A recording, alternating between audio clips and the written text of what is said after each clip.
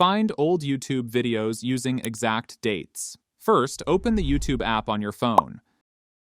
Tap the search icon and search for any topic you're interested in. For example, search for tech. Tap on the three dots at the top right. At the bottom, select Search Filters.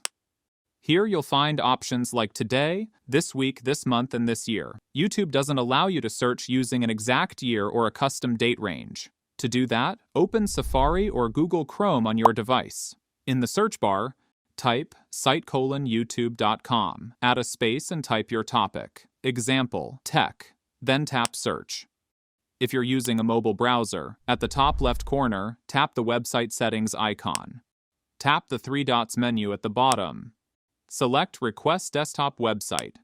Once the page reloads, tap Tools at the top of the Google search results. Tap on Any Time. Select Custom Range.